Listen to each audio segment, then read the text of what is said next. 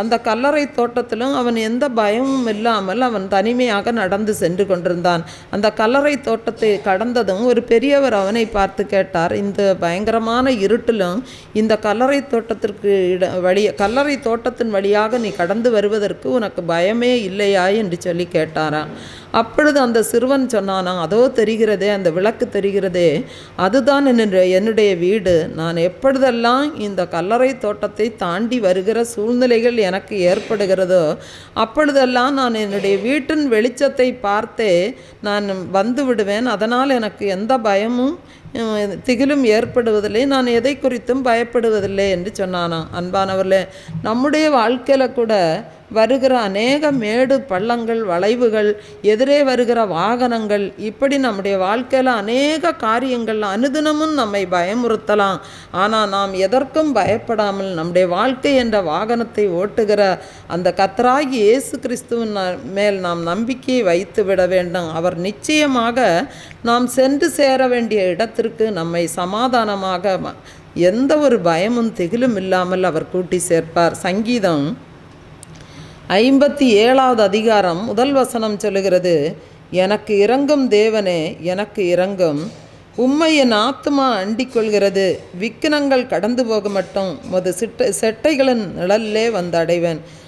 பருந்து வானத்தில் வட்டமிடுவதை நாம் பார்த்துருக்கிறோம். அப்பொழுது தாய்க்கோழியின் சிறகு நடியில் குஞ்சுகள் போய் ஒதுங்குவதையும் நாம் பார்த்திருக்கிறோம். அன்பானவர்களே, அதே போல தான் தாவீது சொல்லுகிறார், விக்கினங்கள் கடந்து போக மட்டும் உமது செட்டைகளின் நிழல்லே வந்து அடைவேன் என்று சொல்லுகிறார். அந்த தாவீது கர்த்தர் மேல் பாரத்தை வைத்து விட்டு அவர் அமைதியாகவே காணப்படுகிறார். தாவீது விசுவாசத்தோடு உறுதியாக சொல்லுகிறார், தேவன் தமது கிருபையையும் சத்தியத்தையும் அனுப்புவார் என்று அறிக்கையிட்டது போல நம்முடைய வாழ்க்கையிலையும் நமக்கு இக்கட்டான சூழ்நிலைகள் வரும்போது நாம் தாவீதை போல நாம் விசுவாச அறிக்கையிட்டு நாம் பொறுமையோடு நாம் காத்திருக்க வேண்டும்.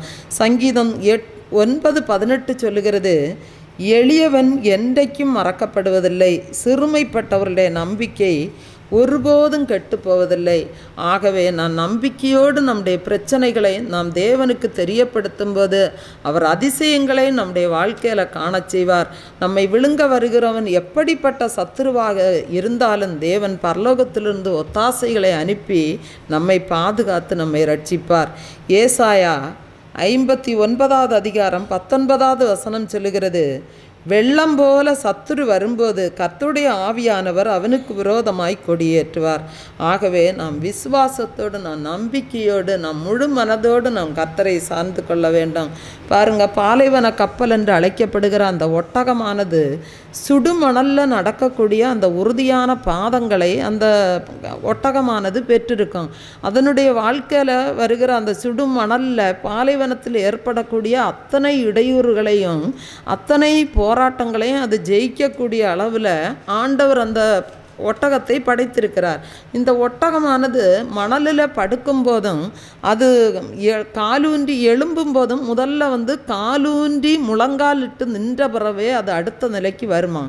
அன்பானவர்களே, நம்முடைய வாழ்க்கையில் முழங்காலில் நின்று ஜெபிக்கிறவர்கள் எத்தனை இப்படிப்பட்ட வனாந்தரமான அனுபவங்களிலிருந்து பாலைவனம் போன்ற அனுபவங்கள் எல்லாவற்றிலும் அவர்கள் ஜெயம் எடுப்பார்கள். ஆகவே ஜெபமே நம்முடைய வாழ்க்கையில் ஜெயமாக காணப்பட வேண்டும். இன்று ஜெபம் நம்முடைய வாழ்க்கையில் குறைந்து போவதற்கு காரணம் பணமாக இருக்கிறது. இன்றைக்கு உலக மக்கள் பணம் பத்தும் செய்யும் என்று சொல்லி பணத்தை நம்பிக்கொண்டிருக்கிறார்கள். இன்றைக்கு அநேக சபைகளும் அப்படிதான் உலக காரியங்களில் மூழ்கி தேவ பிரசன்னத்தை இழந்து தடுமாறி கொண்டு வருகிறதை, அதிலிருந்து நிலைநிற்க முடியாமல் போகிறதை நம்மால் பார்க்க முடிகிறது. அன்பானவர்களே, நம்முடைய வாழ்க்கையிலும் நாம் முழங்கால் ஜெபத்தை நாம் அதிகரிக்க வேண்டும். நமது வருங்காலத்தை வளமாக்குவதும் ஜெபந்தான். நம்முடைய வாழ்க்கையில் நாம் நித்திய ஜீவனுக்கு நம்மை கொண்டு சேர்ப்பதும் ஜெபந்தான். சங்கீதம் 119வது அதிகாரம் 71வது வசனம் சொல்லுகிறது, நான் உபத்திரவப்பட்டது எனக்கு நல்லது, அதனாலும் அது பிரமாணங்களை கற்றுக்கொள்ளுகிறேன். பாருங்க, நம்முடைய வாழ்க்கையில் உபத்திரவங்கள் வருவதனால தான் நாம் ஆண்டவராகிய இயேசுவை நாம் அதிகமாக நாம் தேடுகிறோம். கழுகு கூட்டை கட்டுகிற விதத்தை நாம் பார்த்திருக்க முடியாது. ஆனால் அந்த கழுகு தன்னுடைய கூட்டை கட்டும்போது முதல்ல கடுமையான முள்கள், கூர்மையான கற்கள், அது குச்சிகள் இதையெல்லாம் கொண்டு வந்து தான் அந்த கழுகு கூட்டை அமைக்கும். அப்படி அந்த கூட்டை கட்டிவிட்டு அதுக்கப்புறம் அது வேட்டையாடின பறவைகளின் இறகுகள், அப்புறம் அது வேட்டையாடின மிருகங்களின் தோள்களை கொண்டு மெத்தை போன்ற ஒரு அமைப்பை அந்த கழுகு வந்து அமைக்குமா. அப்போ அதற்கப்புறம் அப்படி சொகுசாக கூட்டை கட்டிட்டு அதுக்கு மேலே முட்டையை போட்டு அடை காத்து அது குஞ்சு பொரிக்கும். குஞ்சு பொரித்ததுக்கப்புறம் அந்த குஞ்சுகள் அந்த மெத்தை போன்ற அமைப்பில் இருக்கும்போது அதுகளுக்கு ரொம்ப சுகமாக இருக்கும். அந்த தாய்ப்பறவை அவ்வப்போது கூட உணவூட்டுகிற அந்த உணவு, அப்புறம் அந்த மெத்தை போன்ற அமைப்பு, அந்த சூடு, அதெல்லாம் அதுகளுக்கு இதமாக இருப்பதால் அந்த கழுகு குஞ்சுகள் வெளியே வருவதற்கு தயங்கும். அதை விட்டு அந்த கூட்டை விட்டு வெளியே வருவதற்கே தயங்கி இருக்கும். அந்த நேரத்தில் அந்த தாய்ப்பறவை என்ன செய்யுமா, அந்த பஞ்சு போன்ற அந்த மெத்தை போன்ற அமைப்பை எல்லாவற்றையும் பித்து அதை எடுத்து வெளியே தள்ளுமா. அதுக்கப்புறம் அந்த கூட்டுக்குள்ளே இருக்கிற அந்த முட்கள், அந்த கூர்மையான கற்கள், குச்சிகள் எல்லாம் அதுக்கு உடம்பை பயங்கரமாக குத்தம்போ அதுக்கப்புறம் அங்கே இருக்க முடியாது. அது இருக்குதோ ஒவ்வொரு நிமிஷமும் அதுக்கு பயங்கர வேதனையை கொடுக்கக்கூடியதாக இருக்கும். அப்போ அந்த அழுகு குஞ்சு அந்த கூட்டை விட்டு வெளியே வருவதற்கு தன்னை ஆயத்தப்படுத்தி விடும். அதற்கப்புறம் அது பறக்க கற்றுக்கொண்டு அது உயர உயர பறந்து போகும். அன்பானவர்களே, நம்முடைய பரம தகப்பனும் அப்படித்தான். நம்முடைய வாழ்க்கையில் நாம் இன்னும் முதிர்ச்சி அடையவும், நாம் இப்பொழுது இருப்பதை விட நாம் உயர்ந்த நிலைக்கு வருவதற்காகவும் நம்முடைய வாழ்க்கையில் ஆண்டவர் சில நேரங்களில் கடுமையான பாதைகளை, கடுமையான சூழ்நிலைகளை நம்முடைய வாழ்க்கையில் அனுமதிக்கிறார். பாருங்க, யோசேப்புடைய வாழ்க்கையை நாம் எடுத்து பார்க்கும்போது தகப்பனுடைய அரவணைப்பில் மிகவும் பாதுகாப்பாக இருந்தான்.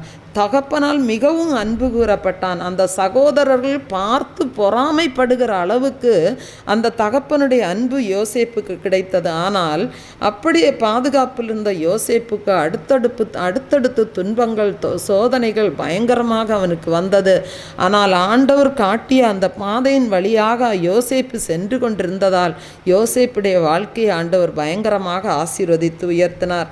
அன்பானவர்களே, நம்முடைய வாழ்க்கையிலும் கூட ஏன் எனக்கு இந்த பிரச்சனை என்று சொல்லி நாம் சோர்ந்து போகலாம். நன்றாகத்தானே என்னுடைய வாழ்க்கை போய்கொண்டிருந்தது, ஏன் இப்படிப்பட்ட புயல் என்னுடைய வாழ்க்கையில் வீசுகிறது என்று சொல்லி நாம் கலங்க வேண்டாம். ஆனால் நம்மை உயர்த்துவதற்கு தேவன் சில திட்டங்களை வைத்திருக்கிறார் என்பதுதான் அதற்கு அர்த்தம். சோதனைகளை பார்த்து நாம் சோர்ந்து போக வேண்டாம். தேவன் அடுத்தடுத்த உயர்வை நமக்கு ஆயத்தம் பண்ணி வைத்திருக்கிறார் என்று சொல்லி நாம் சந்தோஷப்பட்டு களிகூற வேண்டும். ஏசாயா 62வது அதிகாரம் 10வது வசனம் சொல்லுகிறது, வாசல் வழியாய் பிரவேசியுங்கள், ஜனத்துக்கு வழியை செவ்வைப்படுத்துங்கள், பாதையை உயர்த்துங்கள், அதிலுள்ள கற்களை பொறுக்கி போடுங்கள், ஜனங்களுக்காக கொடியை ஏற்றுங்கள். பாருங்கள், ஒரு பொண்ணு வந்து அழகான ஒரு ரோஜா செடியை வாங்கிட்டு வந்து அதை தண்ணி ஊற்றி அதை பராமரித்து வந்தா. அதில் இருந்து ஒரு துளிர் கூட வரல, ஒரு பூ கூட அதிலிருந்து விடலை. அப்போ அந்த ரோஜா செடியை அவள் அம்மாட்ட தூக்கிட்டு போய், இந்த ரோஜா செடியில் ஒரு பூ கூட வரல, ஒரு இலை கூட வரல அப்படின்னு சொல்லிட்டு அவள் வருத்தப்பட்டா. அப்போ அந்த அம்மா என்ன பண்ணாங்கன்னா, அந்த ரோஜா செடிக்குள்ள நிறைய கல்லுகள் இருந்தது. அந்த கற்களை எல்லாம் பொறுக்கி எடுத்து மீண்டும் செம்மண் போட்டு உரம் போட்டு அந்த செடியை நட்டு வச்சாங்க. ஒரு மாதத்துக்குள்ளேயே அது வந்து துளிர் விட்டு நிறைய பூக்களை கொடுத்தது. அன்பானவர்களே, நம்முடைய ஆவிக்குரிய வாழ்க்கையிலும் அநேக கற்கள் உண்டு. அது தேவன் வெறுக்கிற நம்முடைய பாவங்களாக இருக்கலாம். தேவனுக்கு நம்முடைய வாழ்க்கையில் பிரியமில்லாத காரியங்கள் நம்முடைய வாழ்க்கையில் இருக்கலாம். இந்த பாவங்களை எல்லாம் நம்மை வளர விடாதபடிக்கு, நம் தேவனுக்குள் வளர விடாதபடிக்கு அவைகள் தடுத்து கொண்டே இருக்கும். நம்முடைய வாழ்க்கையில் யாரை குறித்தாவது கசப்பு, வைராக்கியம், பகை உணர்வு, மன்னியாமை, இப்படிப்பட்ட காரியங்களை எல்லாம் நம்மை விட்டு அகற்றும்போது நம்முடைய ஆவிக்குரிய வாழ்க்கையும் அழகாக ஜொலித்து பூத்து மனம் வீசக்கூடியதாக மாறும். அன்பானவர்களே, நாமும் அநேகருக்கு ஆசீர்வாதமாய் மாற முடியும். தேவன் நம்மை கனி கொடுக்கிறவர்களாக மாற்ற வேண்டும் என்றே விரும்புகிறார். நாம் அநேகருக்கு கனிகளை கொடுக்க வேண்டும் என்று சொல்லி ஆண்டவர் விரும்புகிறார். ஆகவே நம்முடைய வாழ்க்கையிலிருந்து ஆண்டவருக்கு பிரியமில்லாத காரியங்களை நாம் அகற்றுவதற்கு பிரயாசப்பட வேண்டும். அதற்கு ஒன்றை நாம் புரிந்து கொள்ள வேண்டும். நம்முடைய சொந்த முயற்சியினால் அது கூடாது. அதுக்கு தான் பரிசுத்த ஆவியானவருடைய துணை நமக்கு தேவை. ஆகவே நம்முடைய பலத்தால், நம்முடைய சுய பலத்தால், நம்முடைய பிரயாசத்தால் செய்ய முடியாததை ஆவியானவர் செய்து கொடுத்து நம்மை கனி கொடுக்கிறவர்களாக நம்மை மாற்றுவார். ஆகவே நம்மால் நாம் இதை முயற்சி செய்யாமல் நடக்காது. ஆகவே நாம் இதற்கு முயற்சி செய்ய வேண்டும். ஆகவே நமது வாழ்வில் உள்ள கற்களை பரிசுத்த ஆவியானுடைய துணையோடு அகற்றி தேவ ஆசீர்வாதங்களை நாம் பெற்றுக்கொள்வோம். ஒரு பாடலை கூட கரங்களை தட்டி நாம் உற்சாகமாக பாடலாம்.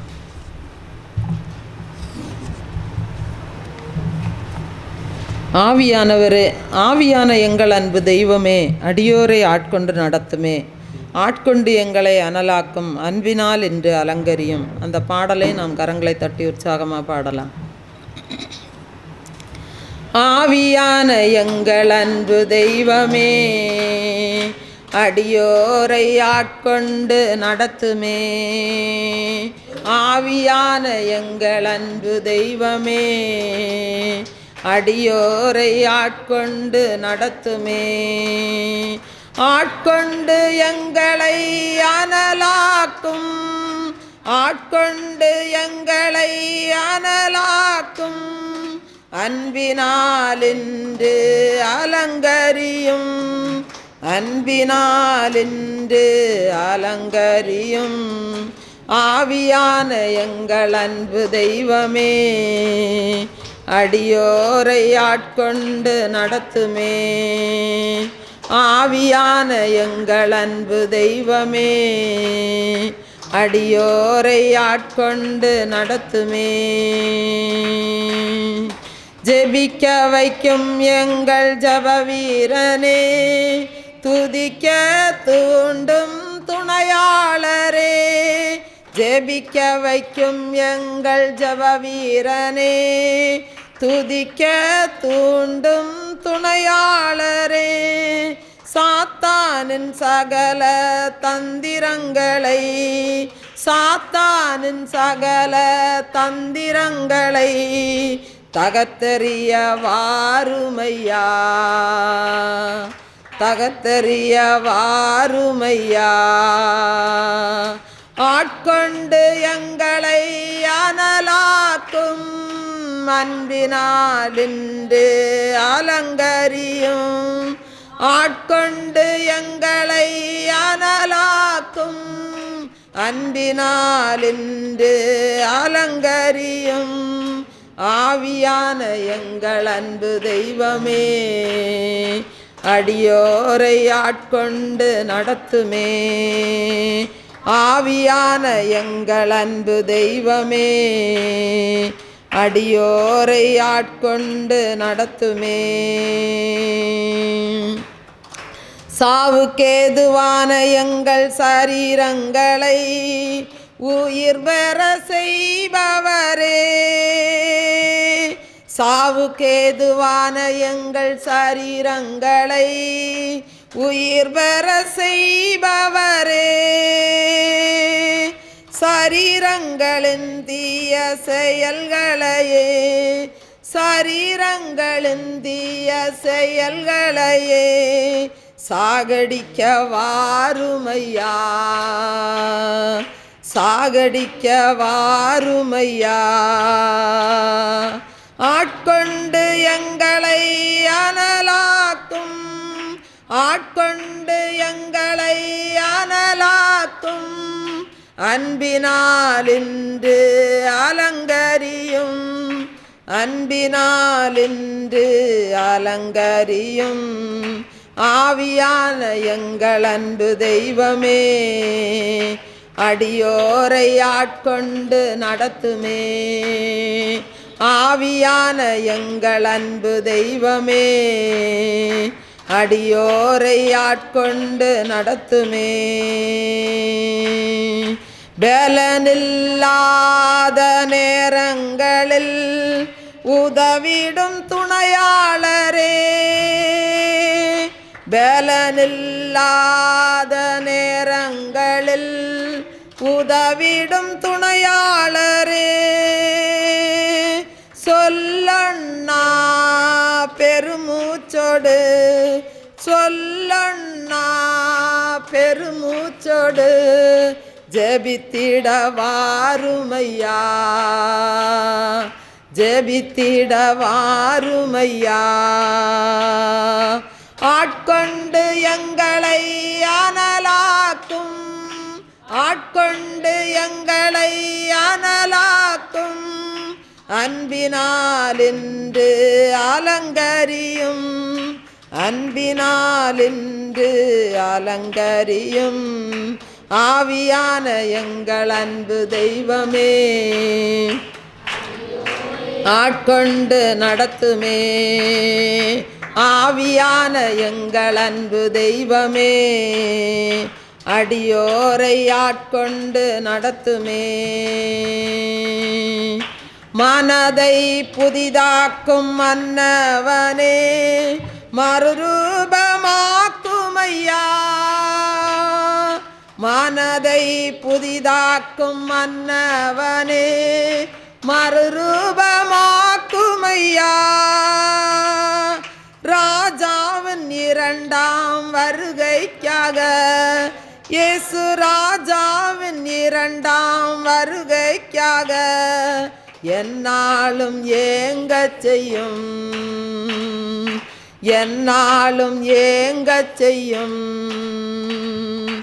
ஆட்கொண்டு எங்களை அனலாக்கும், ஆட்கொண்டு எங்களை அனலாக்கும். அன்பினாலின்று அலங்கரியும், அன்பினாலின்று அலங்கரியும். ஆவியான எங்கள் அன்பு தெய்வமே, அடியோரை ஆட்கொண்டு நடத்துமே. ஆவியான எங்கள் அன்பு தெய்வமே, அடியோரை ஆட்கொண்டு நடத்துமே. அல்லேலூயா, அல்லேலூயா, அல்லேலூயா. நீதிமொழிகள் 18வது அதிகாரம் 24வது வசனத்தை நம்ம வாசிக்கலாம். நீதிமொழிகள் 18:24. சிநேகிதர் உள்ளவன் சிநேகம் பாராட்ட வேண்டும், சகோதரனிலும் அதிக சொந்தமாய் சிநேகிப்பவனும் உண்டு. ஒரு பரபரப்பான சாலையில் வாகனங்கள் வேகமாக சத்தம் எழுப்பி சென்று கொண்டே இருந்தன. அந்த நேரத்தில் சர்ருன்று வேகமாக அந்த வாகன நெரிசலின் மத்தியிலும் முகிலன் என்ற